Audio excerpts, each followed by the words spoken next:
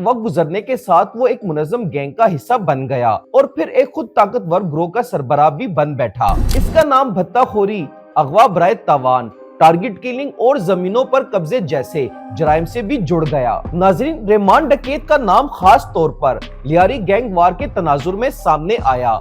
ये वो दौर था जब मुख्तलिफ गैंग एक दूसरे के खिलाफ बरसरे पेकार थे और आम शहरी इसमें सबसे ज्यादा मुतासिर हो रहे थे। रहमान डकैत न सिर्फ अपने मुखालिफ ग्रुप बल्कि कानून नाफिज करने वाले इदारों के लिए भी एक बड़ा चैलेंज समझा जाने लगा। इसके खिलाफ दर्जनों मुकदमात दर्ज हुए, जिनमें कत्ल, इक़दाम कत्ल और दहशतगर्दी जैसे संगीन इल्जामात शामिल थे। नाज़रीन, रहमान डकैत सिर्फ एक मुजरिम नहीं बल्कि एक खौफ की अलामत बन चुका था। लियारी और इसके गिरदोनवा में इसका नाम इस हद तक असर रखता था कि लोग खुले आम इसके खिलाफ बोलने से भी घबराते।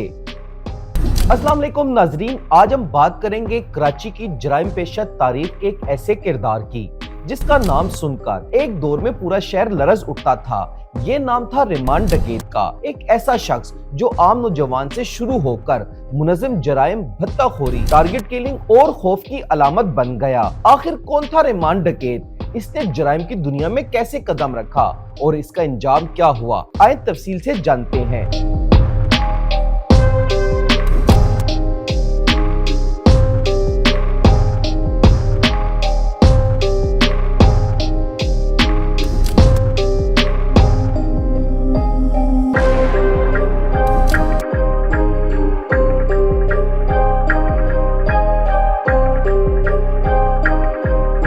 नाजरीन, रहमान डकैत का असल नाम रहमानुल्लाह बताया जाता है, जबकि कुछ लोग उनको रहमान बलोच से भी जानते हैं। इसकी पैदाइश कराची के इलाके लियारी में हुई, जो एक अरसे तक गुर्बत, गैंगवार और रियासती अदम तवज्जुही का शिकार रहा। रहमान का ताल्लुक एक मुतवसत घराने से था। तालीम महदूद रही और कम उम्री में ही वो जराइम पेशा अनासिर के करीब आ गया। नाजरीन, लियारी में इस वक्त असला, मंशियात और गैर कानूनी सरगर्मियां आम थी और यही माहौल रहमान की शख्सियत साजी में बुनियादी किरदार अदा करता रहा। नाजरीन, इब्तिदाई तौर पर रहमान डकैत असले की स्मगलिंग और छोटे मोटे जराइम से मुंसलिक हुआ और जल्द ही इसने अपनी जिस्मानी ताकत, बेखौफी और तशद्दुद अमेज रवैये के बास इलाके में अपनी अलग पहचान बना ली। वक्त गुजरने के साथ वो एक मुनज़्ज़म गैंग का हिस्सा बन गया और फिर एक खुद ताकतवर ग्रोह का सरबराह भी बन बैठा। इसका नाम भत्ताखोरी, अगवा बराए तावान, टारगेट किलिंग और जमीनों पर कब्जे जैसे जराइम से भी जुड़ गया। नाजरीन, रहमान डकैत का नाम खास तौर पर लियारी गैंग वार के तनाजुर में सामने आया। ये वो दौर था जब मुख्तलिफ गैंग एक दूसरे के खिलाफ बरसरे पेकार थे और आम शहरी इसमें सबसे ज्यादा मुतासिर हो रहे थे। रहमान डकैत न सिर्फ अपने मुखालिफ ग्रुप बल्कि कानून नाफिज करने वाले इदारों के लिए भी एक बड़ा चैलेंज समझा जाने लगा। इसके खिलाफ दर्जनों मुकदमात दर्ज हुए, जिनमें कत्ल, इक़दाम कत्ल और दहशतगर्दी जैसे संगीन इल्जामात शामिल थे। नाज़रीन, रहमान डकैत सिर्फ एक मुजरिम नहीं बल्कि एक खौफ की अलामत बन चुका था। लियारी और इसके गिरदोनवा में इसका नाम इस हद तक असर रखता था कि लोग खुले आम इसके खिलाफ बोलने से भी घबराते। असले के साथ वीडियोस, तस्वीर और इसके कारिंदों की धाक ने पूरे शहर में खौफ की फिजा को कायम कर रखा था। वक्त गुजरने के साथ रियासत ने लियारी में बड़े पैमाने पर टारगेटेड ऑपरेशन शुरू किए। पुलिस और रेंजर्स ने मुश्तरका कार्रवाइयां शुरू कर दी।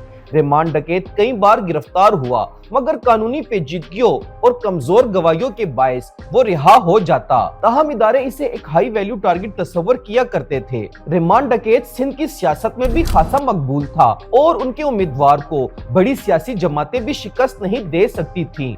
जिस उम्मीदवार के हक में रहमान डकैत खड़ा हो जाता, वही लियारी से कामयाबी समेटता। इसकी मौत के बाद लियारी में वक्ती तौर पर सुकून की फिजा कायम हुई।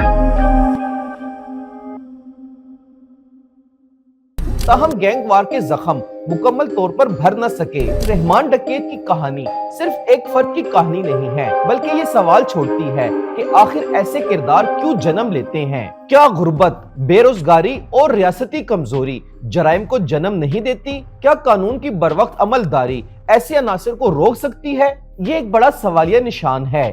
नाजरीन, आजकल सोशल मीडिया और पाकिस्तान की मेन स्ट्रीम मीडिया में रहमान डकैत का नाम एक बार फिर ज़ेरे गर्दिश है। नाजरीन, रहमान डकैत के बारे में आज का हमारा व्लॉग आपको कैसा लगा? कमेंट सेक्शन में अपनी राय का इजहार जरूर कीजिएगा। ہمارے چینل کو لائک سبسکرائب ضرور کیجیے تاکہ اس قسم کی مزید ویڈیوز آپ تک آتی رہیں۔